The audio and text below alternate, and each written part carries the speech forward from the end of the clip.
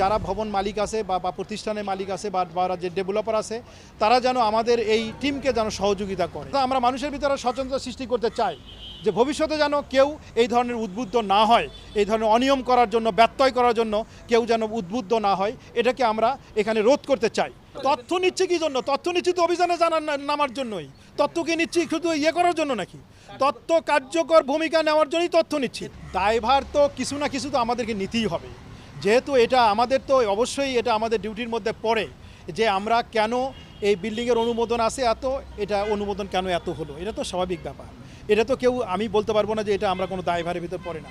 তবে কথা হলো কি যে আমরা প্রত্যেকেই সচেতন নাগরিক।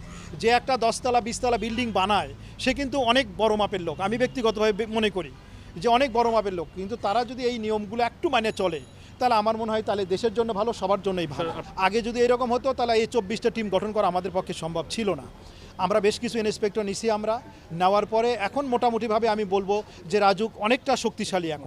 এখন আমরা এই উন্নয়ন নিয়ন্ত্রণটা এটা আমরা দেখতে আমার মোটামুটি আমরা সক্ষম আমরা বলবো।